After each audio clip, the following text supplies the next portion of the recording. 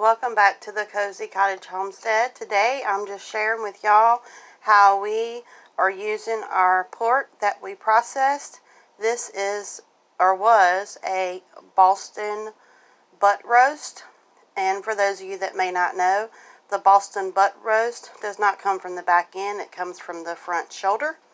So I have a little meat chopper here, and what I'm doing is just breaking up the roast. It was in the crock pot all night long, and it was extremely tender. Hardly any fat or anything unnecessary added to it to make weight like at the supermarket. No artificial colors, no artificial dyes, none of that stuff. We know exactly where this pork come from, straight from the farm, straight to the table. I know lots of times people process their own and butcher their own animals that are raised just for that purpose, and you hardly ever see anybody cooking with it. So today I just want to come on here and do a very short video and show you how I am doing our, some people call it pulled pork or barbecue pork sandwiches, and that is exactly what we're going to be doing with this for supper tonight. And I'm going to also make a homemade barbecue sauce. Man, I tell you, it doesn't get any fresher than that. Homegrown pork, homemade barbecue sauce to make pulled pork sandwiches.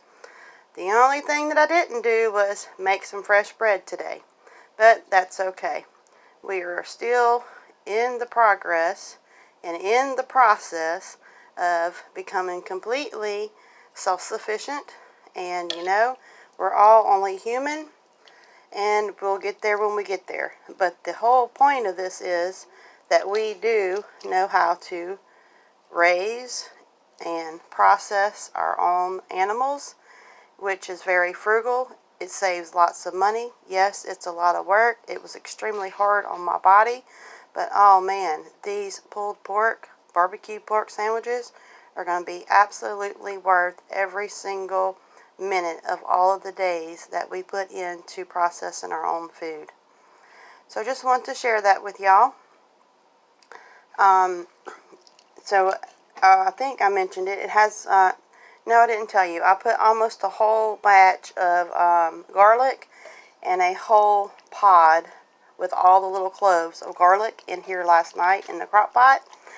And I cooked it on low. It was a big old giant Boston pork roast. I let it cook down overnight. And then literally, y'all, it just fell apart to almost nothing.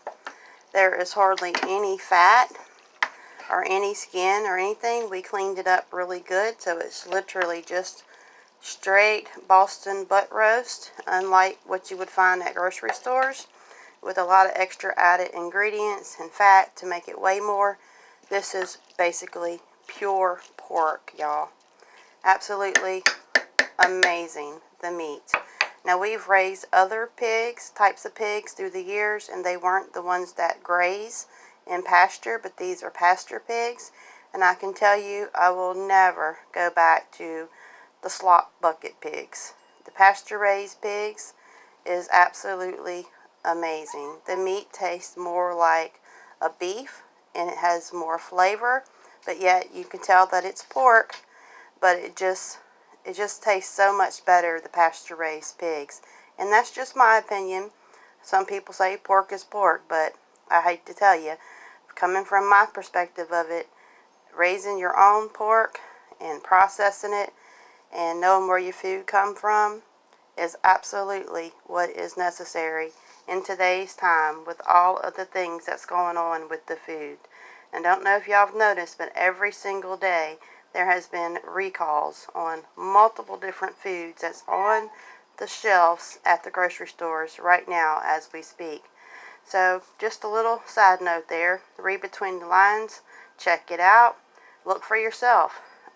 It encourages me personally to want to do more, grow more, and process and make and do it the old-fashioned way and get in the kitchen and make as much stuff homemade as I possibly can. So farewell, homestead family, friends, and neighbors from the Cozy Cottage Homestead.